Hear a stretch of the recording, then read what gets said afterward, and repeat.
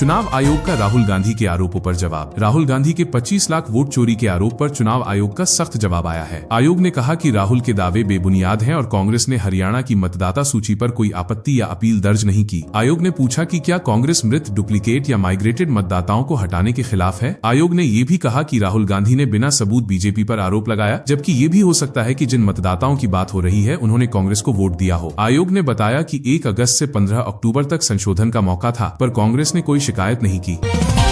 असम के मुख्यमंत्री हिमंत बिस्वा शर्मा ने कहा कि जैसे अयोध्या से बाबर को निकाला गया, वैसे ही देश से भी बाबर और औरंगजेब की सोच को निकालकर हिंदू एक होगा। भाजपा नेता और अभिनेता गायक पवन सिंह ने कहा कि हम पूरा बिहार घूम रहे हैं और जनता का जो एनडीए के प्रति आशीर्वाद मिल रहा है उसको देखकर दिल खुश हो गया है।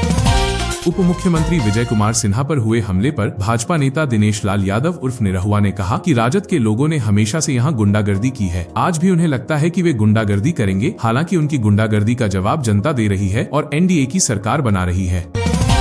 सनातन हिंदू एकता पदयात्रा पर बागेश्वर धाम सरकार के आचार्य धीरेन्द्र कृष्ण शास्त्री ने कहा कि 7 नवंबर से 16 नवंबर तक हम पदयात्रा पर निकल रहे हैं। जातिवाद ने इस देश को खोखला कर दिया है। हम इस देश में राष्ट्रवाद चाहते हैं। हम विचारों की लड़ाई में विश्वास रखते हैं। हम सनातन परंपरा में विश्वास रखने वाले सभी लोगों और उनके विचारों को लेकर हर गाँव, हर गली, हर नुक्कड़ पर जाएंगे। हम हिंदुओं को जागृत करेंगे। हम हिंदुओं को एकजुट करेंगे ताकि भविष्य में आने वाली पीढ़ियां जातिवाद के चक्कर में न पड़कर राष्ट्रवाद के चक्कर में पड़े और भारत विश्व गुरु बने।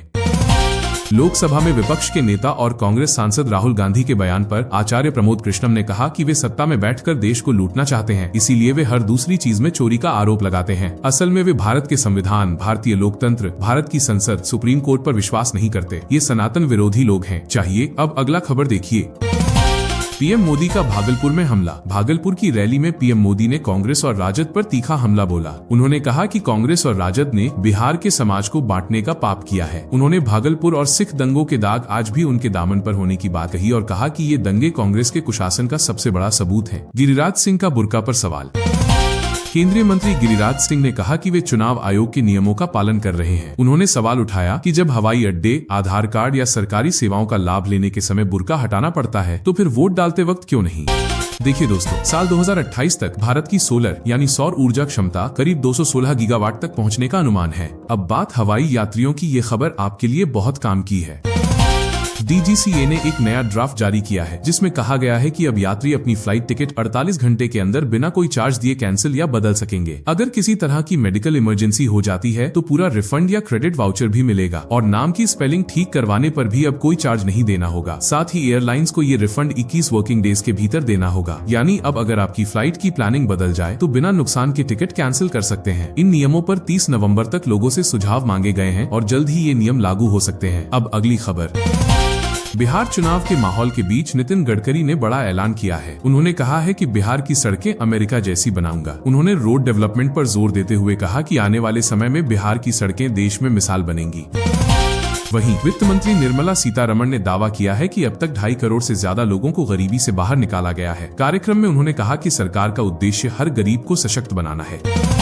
और आखिर में भारत और न्यूजीलैंड के बीच व्यापार समझौते ट्रेड एग्रीमेंट को लेकर बातचीत शुरू हो गई है। वाणिज्य मंत्री पीयूष गोयल जल्द ही ऑकलैंड जाएंगे ताकि इस बातचीत की प्रगति की समीक्षा कर सकें। सरकारी कर्मचारियों के लिए बड़ी खबर है। 1 जनवरी 2026 से 8वां वेतन आयोग 8th पे कमीशन लागू होने जा रहा है। सरकार ने इसकी शर्तों को औपचारिक मंजूरी दे दी है। सबसे बड़ा सवाल ये है कि क्या इस आयोग के दायरे से 69 लाख पेंशनर्स बाहर रहेंगे, क्योंकि सरकार के हालिया गजट नोटिफिकेशन में ये साफ नहीं किया गया है। इससे कर्मचारियों और पेंशनर्स में नाराजगी देखी जा रही है। कर्मचारी संगठनों ने विरोध जताते हुए कहा है कि पुरानी पेंशन बहाली ओपीएस का इसमें कोई जिक्र नहीं है। उनका कहना है कि सरकार को एनपीएस और पेंशन स्ट्रक्चर से जुड़ी 4 प्रमुख बातों को भी इस आयोग में शामिल करना चाहिए।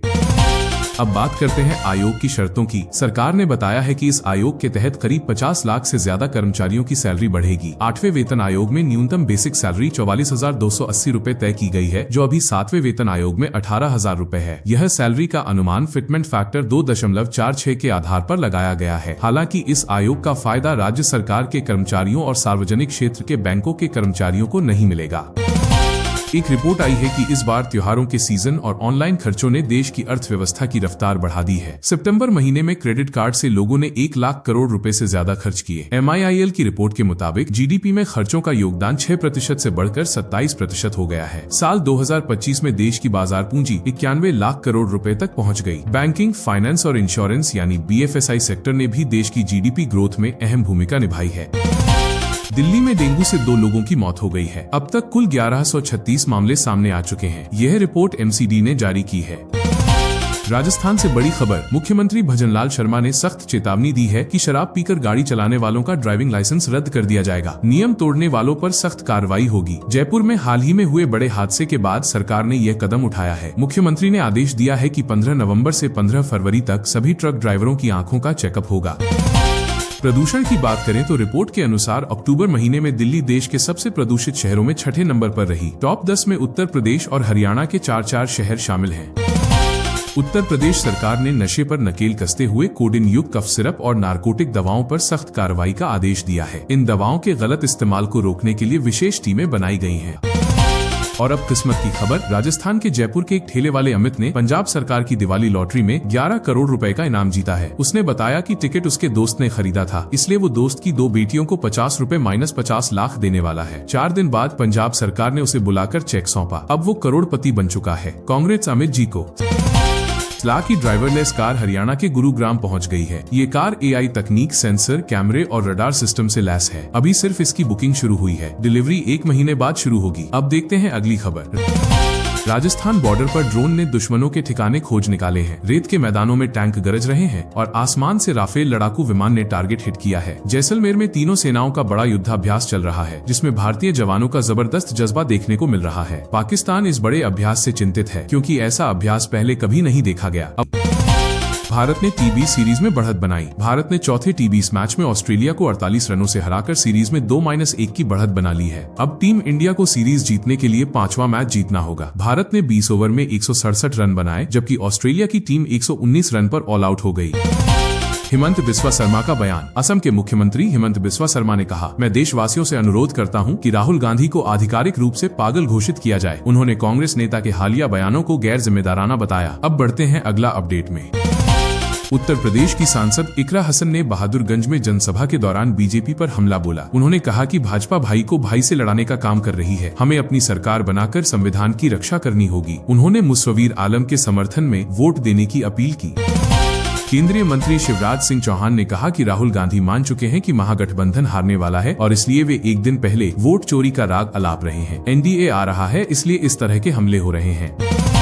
बिहार चुनाव को लेकर अमित शाह ने बड़ा दावा किया है। उन्होंने कहा कि 14 नवंबर को जब नतीजे आएंगे तब NDA 160 से ज्यादा सीटें जीतकर सरकार बनाएगा। शाह ने कहा कि इस बार सभी सहयोगी दलों का स्ट्राइक रेट बेहतर रहेगा। मुस्लिम उम्मीदवारों पर सवाल के जवाब में उन्होंने कहा कि NDA ने 4 मुस्लिम उम्मीदवार उतारे हैं और पार्टी सिर्फ जिताऊ चेहरों को टिकट देती है। लालू यादव की तस्वीर गायब होने पर उन्होंने महागठबंधन पर तंज कसा। शाह ने राहुल गांधी पर भी निशाना साधते हुए कहा कि उनके बयान कांग्रेस के लिए नुकसानदायक साबित होंगे।